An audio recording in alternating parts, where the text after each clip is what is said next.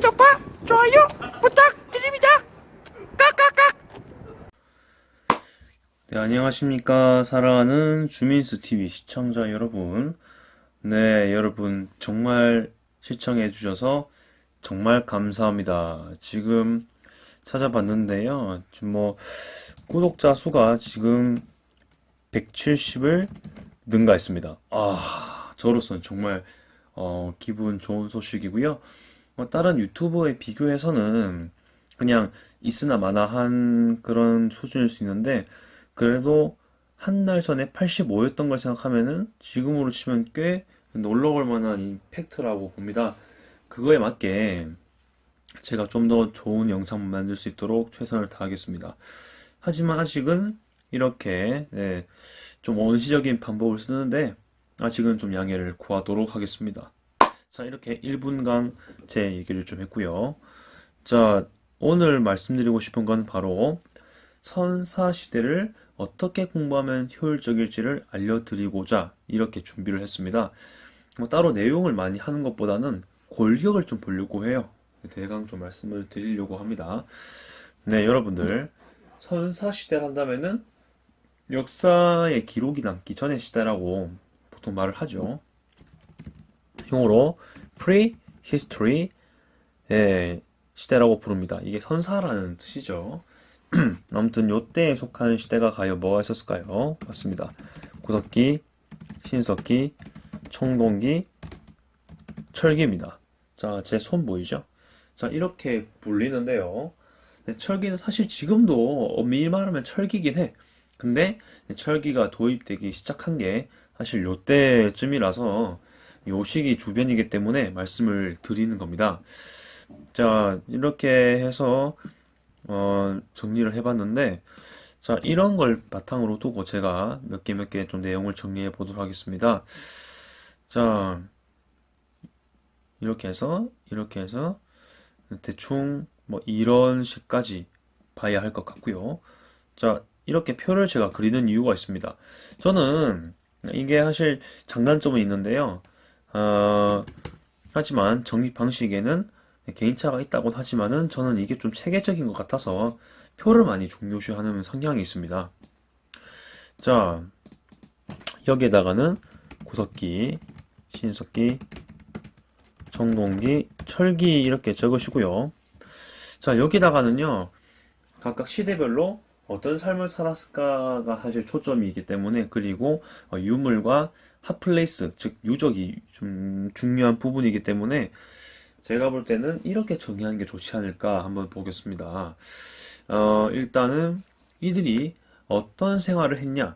우리가 생각하기에 생활은요, 특히 세 종류로 설명할 수가 있습니다. 첫째로는 의생활이고요.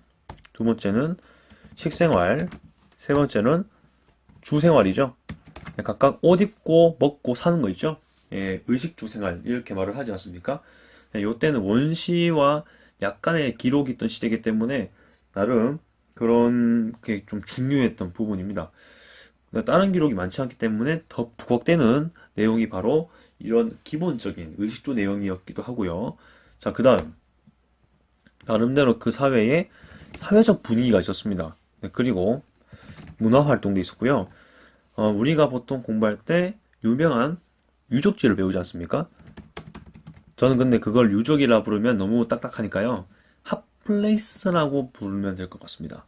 자, 이렇게 해서요. 제가 볼 때는 이런 틀로 딱 선사시대를 정리하시면요. 깔끔할 것 같습니다. 제가 볼 때는 그렇죠. 자, 여기서 제가 다를 적어 드리지 못합니다. 여러분들이 각자 책을 찾으시고 또 뭔가 중요하다 싶은 것들을 메모하시면서 체크해 봐야 되겠는데요. 사실 교과서라든지 참고서를 보시면은 이렇게 설명이 아주 잘 나와 있습니다. 네, 그래서 파이어 정신으로 열심히 정리해 보시는데요. 저는 대표적으로 하나만 예를 들어 드리도록 하겠습니다. 자, 핫플레이스를 예로 들어볼게요. 여러 가지가 있지만 정말 유명한 거 몇 개만 말씀을 드리자면, 구석기에서 많이 언급되는 유적지가 몇 개가 있는데, 제일 먼저 말씀드릴 거는 연천전곡리라는 게 있죠. 네, 연천중공리. 미군 병사가 그 여자친구랑 데이트하면서 발견했다가, 네, 꽤 구석기의 어떤 문화 학계에 세계적으로도 이 뒤집은 사건입니다. 동양 구석기의 어떤 문화적인 괜찮은 부분을 발견해 놓은 유적이거든요. 무튼 그런 곳이 있고요. 여러 가지 공주, 석장리 등이 있습니다. 가장 두 개가 언급이 제일 많이 되고요. 뭐 가끔 거기 평양 있죠? 그 평양 부근에 그 상원인가요? 상원 동굴인가 이쪽 아무튼 이쪽에도 관련이 되어 있습니다. 예, 상원리의 검은 모루 동굴인 것 같은데요. 아무튼 그런 거 보시면 되겠고요. 네, 신석기도 몇 개 있습니다. 뭐 예를 들어서 서울 좀 더 크기를 줄여볼게요. 10으로 한 다음에 네, 서울 암사동 있죠? 네, 핫플레이스입니다. 핫플레이스. 이거는 뭐 세계적으로 볼 때도 꽤 복원이 괜찮게 된 신석기 유적으로 보시면 될 것 같습니다. 그 다음에 요거는 강가에 대한 대표적인 곳이라면은 이번에는 부산이죠. 네, 부산 동삼동도 아주 유명한 곳입니다. 네, 두 개가 사실은 신석기에서 꽤 언급이 잘 되는 곳이다라고 보시면 되겠습니다. 더 있긴 하지만 이 정도로만 보는 걸로 하죠. 보통 구석기 신석기로서 비교를 많이 해서 모의고사에 출제가 됩니다. 두 개의 핫플레이스를 좀 잘 비교해 주시길 바라겠고요. 네, 다른 것들은 기타적으로 여러분들이 잘 정리해 보시면 될 것 같습니다. 자, 사실 이렇게 구도를 잡는 거는요, 제가 모든 걸 알려드리기 위해서가 아니고 이렇게 정리하는 방법, 즉 물고기를 드리는 게 아니고요, 물고기를 좀 더 잘 잡을 수 있는 방법을 알려드리려고 준비했습니다. 교과서나 참고서를 보시면요, 이런 것들을 보면서 정리할 수 있기 때문에 그다지 어렵지 않을 것 같습니다. 좀 참고해 주시면은 좋을 것 같죠.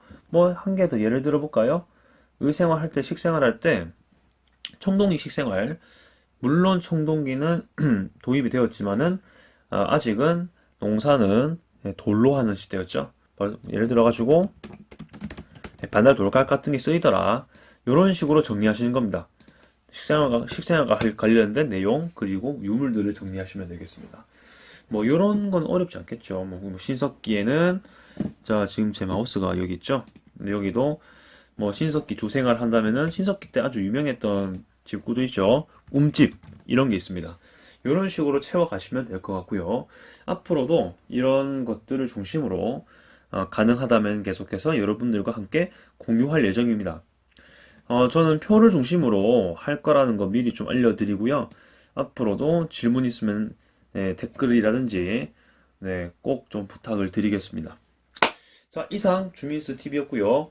계속해서 시간이 될 때마다 연재를 하도록 하겠습니다. 오늘은 선사시대까지 마무리를 지을게요. 안녕.